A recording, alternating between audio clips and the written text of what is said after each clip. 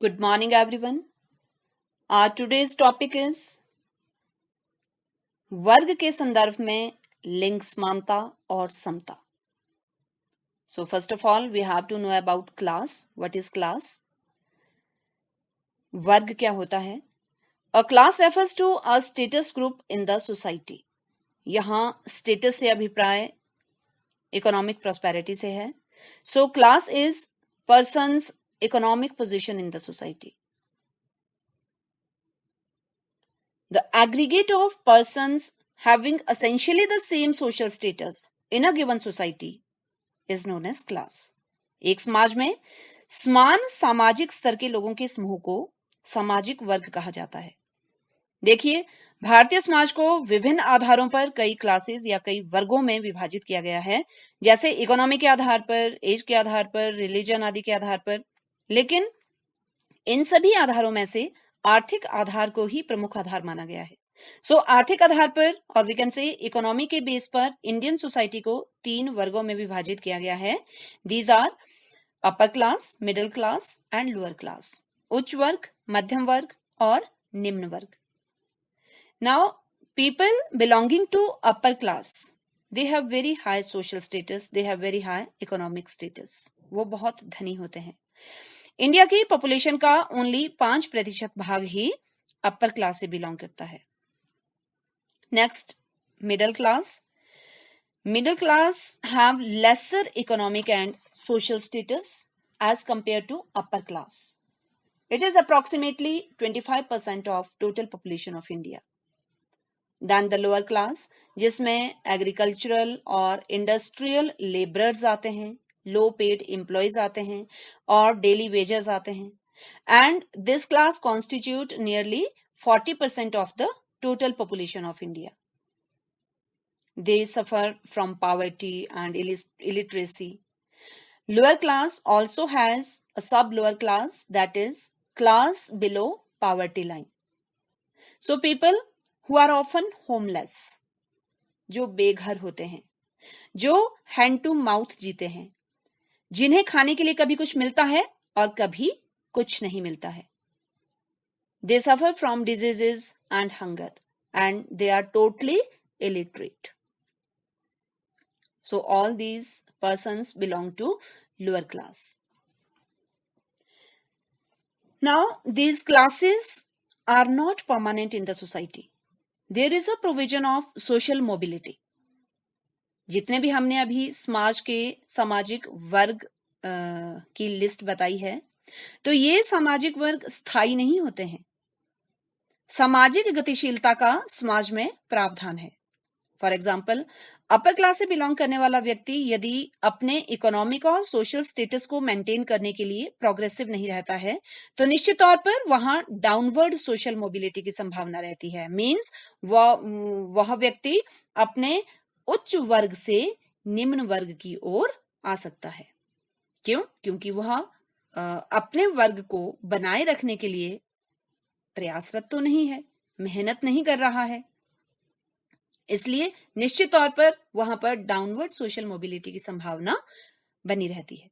और अगर lower class से बिलोंग करने वाला व्यक्ति अपने एफर्ट्स और हार्डवर्क से अपना सोशल स्टेटस और इकोनॉमिक स्टेटस इंक्रीज करता है, तो डेफिनेटली वह अपने से ऊपर वाली क्लास या वर्ग में एंटर कर जाता है.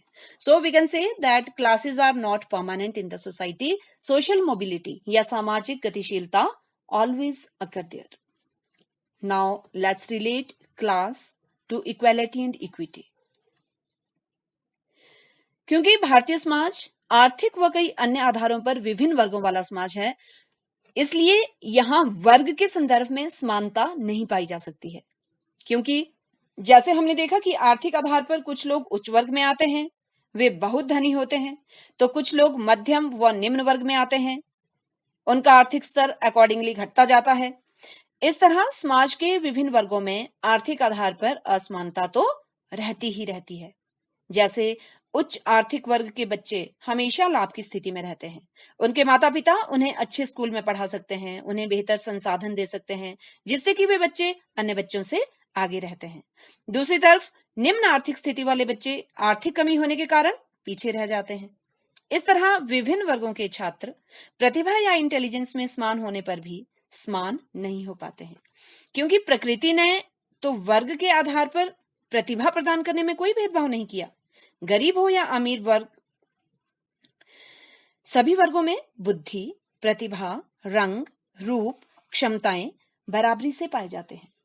ऐसी परिस्थितियों में यह सुनिश्चित करने के लिए कि कमजोर आर्थिक स्थिति वाले लोगों को बराबर का मौका मिले और उन्हें ऊपर उठाया जा सके, या यूं कहा जा सकता है कि समता या इक्वालिटी को स्थापित करने के लिए हमें कई प्रयास करने पड़ते हैं, बहुत से उपाय अपनाने पड़ते हैं। जैसे सभी के लिए निःशुल्क और अनिवार्य शिक्षा प्रदान करना, free and compulsory education to all. Then free coaching to talented students who are poor, प्रतिभाशाली गरीब छात्रों के लिए निःशुल्क coaching. Then organise free coaching and nutritious diet to talented players, जो प्रतिभाशाली खिलाड़ी होते हैं उनके लिए निःशुल्क कोचिंग व पौष्टिक आहार की व्यवस्था करना।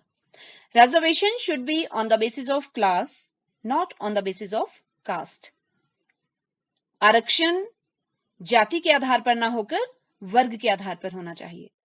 And form fee for government employment it should be negligible, सरकारी नौकरियों के फॉर्म आदि की जो फीस होती है वो नाम मात्र की होनी चाहिए।